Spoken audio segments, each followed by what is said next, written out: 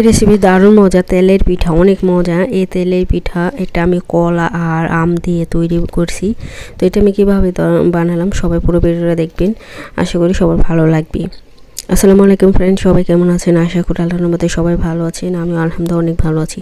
তো এই যে দেখুন এখানে কিছু ময়দা নিয়েছে, ময়দার ভিতরে তেল না চিনি দিয়ে দিলাম। বেশি না, চিনি অল্পই দিলাম, কারণ যেহেতু এটা কলা দিব আর আম দিব, এটারও মিষ্টি হবে।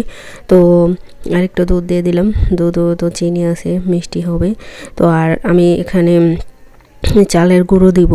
তো দুইটা মিক্স করে যদি আপনি পিঠা তৈরি করেন, পিঠাটা অনেক ভালো হয় আর অনেক মজা হয়। তো এখানে আমি এটা দুধটা আগে চিনিটা যাতে গলে যায় সেজন্য আগেই আমার ময়দাটা একটু পানি দিয়ে আগে গুলিয়ে নিলাম। তো এই যে দেখুন, আর তেলের পিঠা কম বেশি সবারই পছন্দ। তো ছোট বড় আপনারা যে কোনো সকালে নাস্তা বা বিকেলে নাস্তা হিসেবে এটা তৈরি করতে পারবেন, বা মেহমান আসলেও এটা দিতে পারেন। তো এই যে দেখুন আমি এখানে গুলিয়ে নিতেছি। এখন একটু ভালো করে গুলিয়ে নিতে হবে। তারপরে এই যে দেখুন এখানে পোলাও চাল, এখানে আমি চালটা আগেই ভিজিয়ে রেখেছিলাম।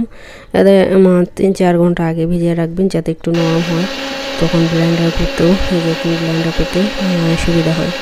সেই জন্য ব্লেন্ডার করে নিলাম। দেখুন এখন এটা চালটা অনেক গ্রান। তো যদি পোলাও চাল দিয়ে বা তৈরি করেন পিঠা, অনেক মজা হয় পিঠার, মানে এটার ফ্লেভারটাই অন্যরকম। তো এই যে দিয়ে দিলাম দেখুন। আর আমি এখানে আম নিয়ে নিছি, মিষ্টি আম, অনেক মিষ্টি। আর কলা দিয়ে দেবো এখন। এটা আমি দুইটা এখন করে নিব।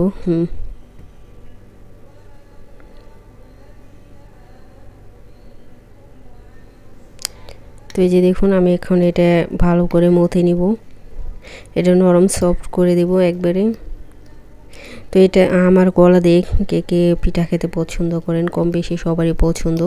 তো এখন তো মনে করেন আমের সিজন, গরমের সিজন, আর কলাটা একটু নরম দেখে নেবেন। শক্ত হলে পিঠাটা মজা হবে না, মানে একটু ধরেন মজে গেছে কলা বেশি। আর এখন তো গরম, মনে করেন আজকে কলা আনলে কালকেই নরম হয়ে যায় একবারে।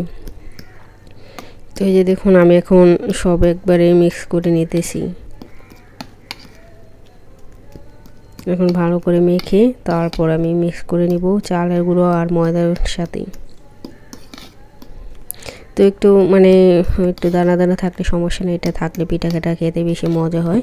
তো একবারে বেশি মথার দরকার নেই। তো এইভাবে এরকম করলেই হবে, এমন থাকলেই হবে, সমস্যা নেই।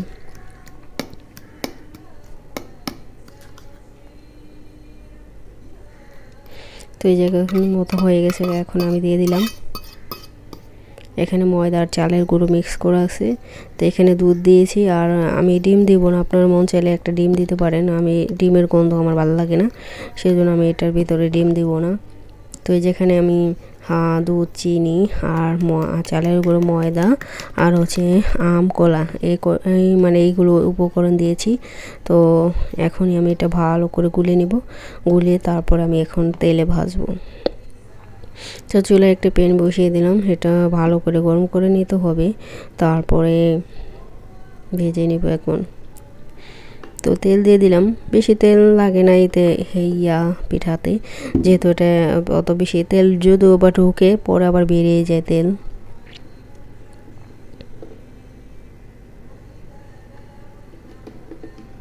তো তেলটা ভালো করে গরম করে নিলাম। আর যারা আমার চ্যানেলটাকে সাবস্ক্রাইব করছেন সবাইকে অসংখ্য ধন্যবাদ। যারা করেন, নতুন বন্ধু যারা আছেন তারা কমেন্ট করে যাবেন, আর একটু কিছুদিন ওয়েট করবেন। আর যারা এখনও করেননি, ভিডিওটি দেখে যদি একটু ভালো লাগে অবশ্যই সাবস্ক্রাইব করে দিবেন এবং বেল আইকনটা বাজিয়ে দিবেন।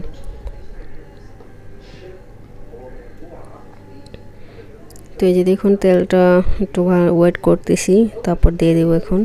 তো এই যে দেখুন আমি চামচ দিয়ে দিতেছি, আপনারা ছোট বড় যে কোনো সাইজে করতে পারেন।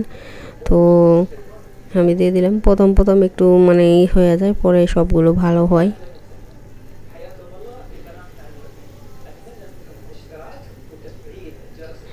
তো এই যে দেখুন এটা আমি এক এক করে সব ভেজে নেব। আর এই পিঠা ভাজার সময় আমার মোবাইলটা বন্ধ হয়ে গেছিলো, পরে আর ভাজার ভিডিওটা করতে পারিনি। যখনই আমি চা মানে দিয়ে রাখছিলাম, মনে হয়তো বা চার্জ শেষ হয়ে গেছিলো, সেই জন্যই আর কি। তো মোবাইলটা বন্ধ হয়ে গেছিলো, সেজন্য আর ভিডিও করতে পারিনি। তো অফ ক্যামেরা আমি সব পিঠা ভেজে নিছি।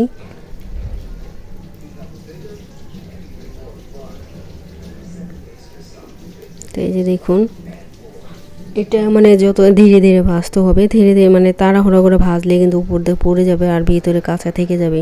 সেজন্য যে কোনো পিঠা বা যাই কিছু ভাজে না কেন, একটু চুলার আঁচটা কমিয়ে, দেখুন আমি চুলার আঁচটা একবার কমিয়ে দিয়েছি। তারপরে আমি ধীরে ধীরে এটা ভাজতেছি, অনেক ধীরে ধীরে এটা ভাজতে হবে, তাহলে দেখবেন এই পিঠাটা অনেক সুন্দর হবে খেতে। তো এই যে দেখুন আমার ভাজা হয়ে গেছে গা। তো সবগুলো আমি কিছু বড় করছি, আবার কিছু ছোট করছি, মানে আপনাদের ইচ্ছা অনুযায়ী যে যেভাবে খেতে পারি। তো অনেকে মজা এই পিঠাগুলো, এটা নাস্তা হিসেবে খেতে পারেন, যে কোনো নাস্তা টাইমে, সকালে নাস্তা বা সন্ধ্যাবেলা, বিকালবেলা। তো তারপরে যে দেখুন, এটা অন্য দিনের একটা ভিডিও। এটাই মানে চালের গুঁড়া একটু ছিল, সেগুলোতে আমি একটু পিঠা মানে চাপটি পিঠা বানাইতেছি, যেটা জালি পিঠা বলেন বা চাপটি পিঠা, চাপটি বলি আমরা। এটা কিন্তু মাংস দিয়ে খেতে বা যে কোনো ঝোল জাতীয় জিনিস দিয়ে খেতে অনেক মজা হয়। তো এই যে দেখুন আমার একটা হয়ে গেছে মানে। আর এই চাপটি পিঠা আমার অনেকই ভালো লাগে, বিশেষ করে ভর্তা দিয়ে বা যে কোনো ধনিয়া পাতা, সর্ষে ভর্তা, সব কিছু ভর্তা দিয়ে মানে খেতে ভালো লাগে, আর মাংসর ঝোল দিয়ে খেতে ভালো লাগে। তো এই যে দেখুন, এটাতে একটা ব্যাগ হয়ে গেছে, ম্যাপ হয়ে গেছে।